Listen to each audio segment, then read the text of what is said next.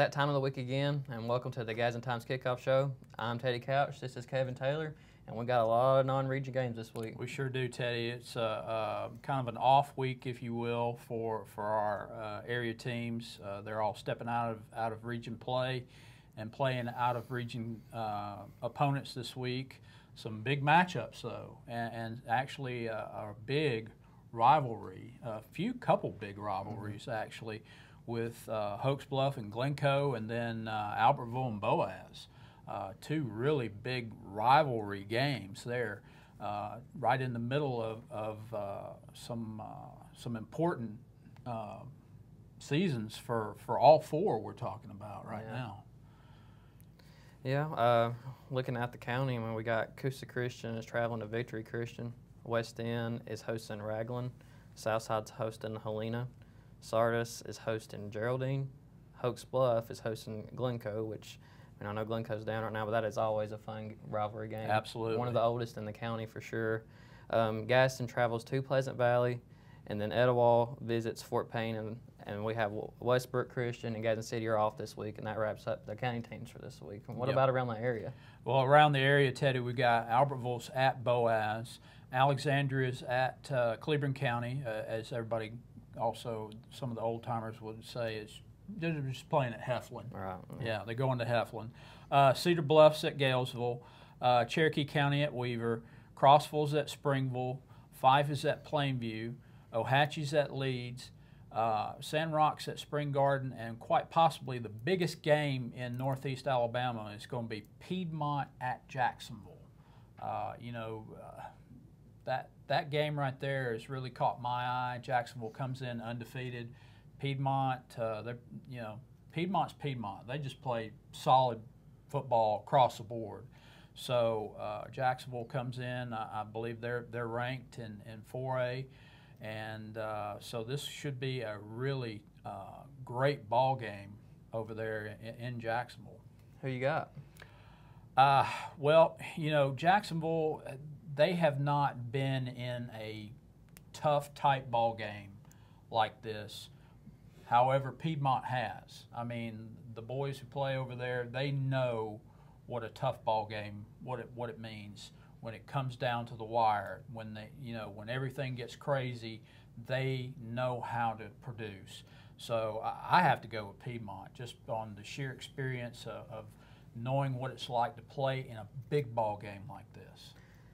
Usually for me, it's hard for me to go against Piedmont and Steve Smith. As much winning as they do, as you said, they're accustomed to these big games. This is nothing new to them at all. Right. But Jacksonville's just putting up so much offense, and this is, I don't know. It's just something I got a feeling Jacksonville's going to pull out this win. I feel like they're going to put up some yards. Obviously, I don't think they're going to have as much success against this Piedmont team, but I think they're going to have enough to pull out this win. Yeah. Well, like I said, I just think that Piedmont is tried and tested.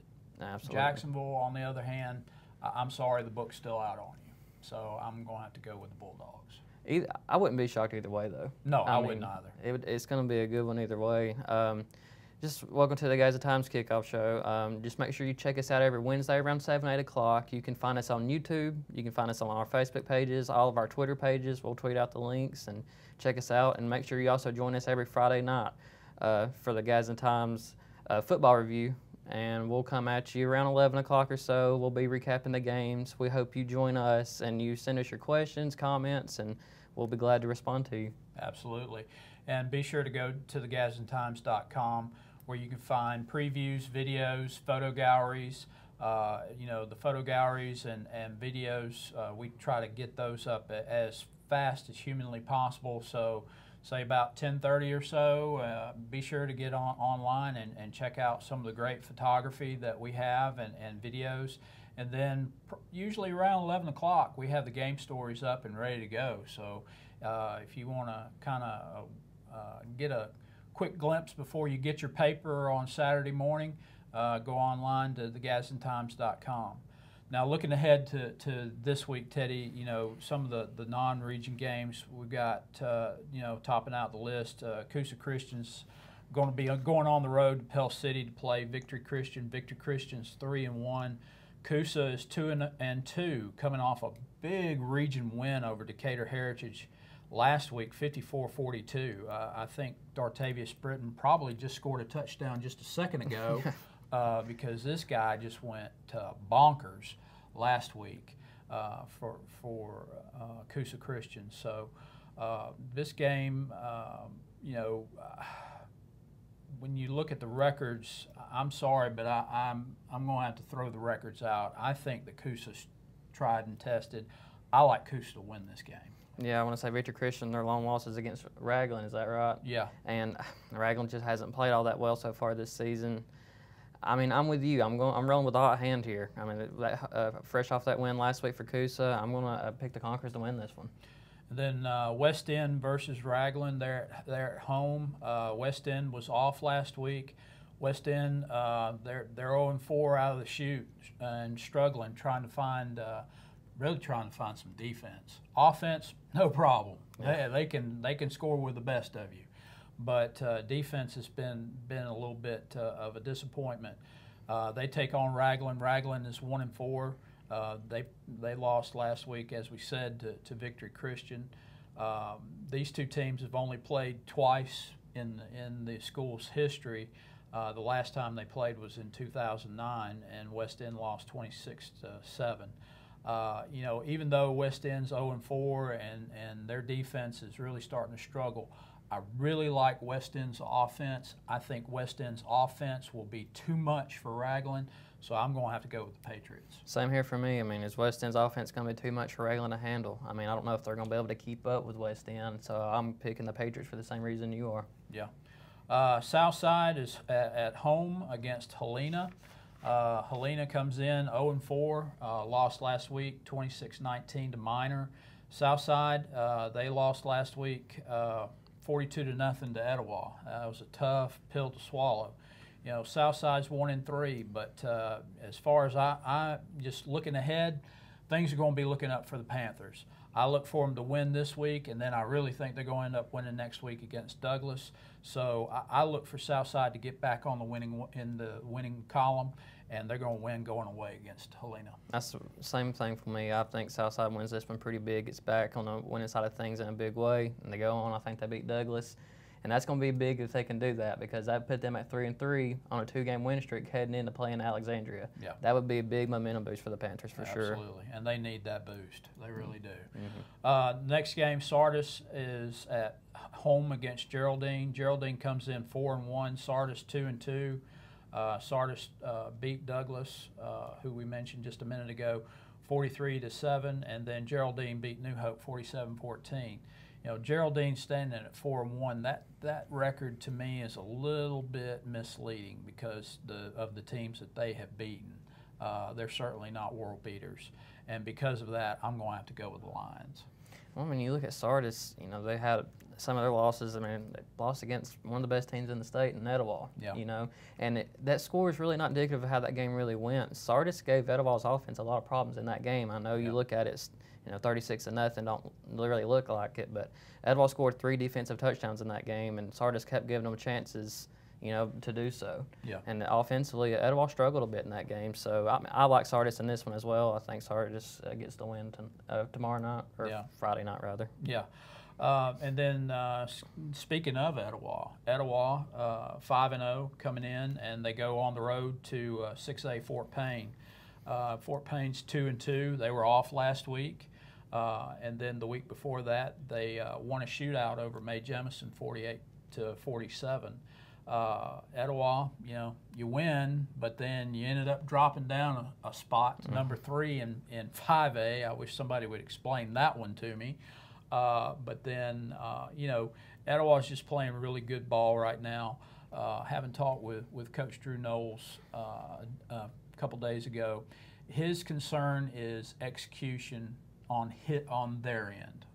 He's not so much concerned with what Fort Payne is doing. Obviously Fort Payne is playing a lot better ball right now. They started out the season under their new coach 0-2, and since then they've won back-to-back games, and they seem to be on a roll. But the thing with Etowah right now is execution. They have so much athleticism that Coach Knowles said that they feel like they can score and do well in busted plays, but then what he's trying to do is now that we're starting into week 5, it's time to fine-tune everything, because as we well know, this second half of this season is going to be a bear for Etowah. I mean, there's some quality football teams laying right ahead of them and just waiting on them. So this will be a key game for Etowah. Even though it's non-region, I still like the Blue Devils to win, though. And you're talking about execution. The thing about Etowah too is last week they played Southside, who had a bye week previously. This week they played Fort Payne, who had a bye week last week. Next week, Etowah plays Pell City, who has a bye week this week. Right. So these teams have 2 weeks to prepare for a really good football team. But what I really like about Etowah is like last week, they started doing a little bit different things with their quarterback play, rotating within one series with their quarterbacks.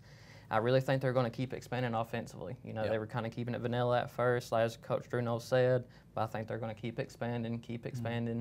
We saw Emil Smith at one series at quarterback, and that's kind of scary to think about him, but even get some snaps at quarterback as well. Yeah. I mean, maybe having Deriki at wideout, who knows? There's so many things they can do with that offense, and I think they keep building off that, and I think they get the win this week. That's the one thing that Drew and I talked about too, is that he has so many playmakers out there, and so you've got to be creative in terms of how you get your playmakers the ball. And so, and obviously with this quarterback rotation where, we'll go week to week and not who's going to be the starting quarterback, but that is by design. Mm-hmm. Let's be honest. That's by design, so that way the opponents don't know exactly what to expect. Then you throw in this wrinkle with Emil Smith, and then it's just boom. Okay, well, what do we do now? Mm-hmm. So a lot of gamesmanship there with Coach Knowles, and I really I have to give him major props for that. I really do. But I still, like I said, I think this will be a tough ball game.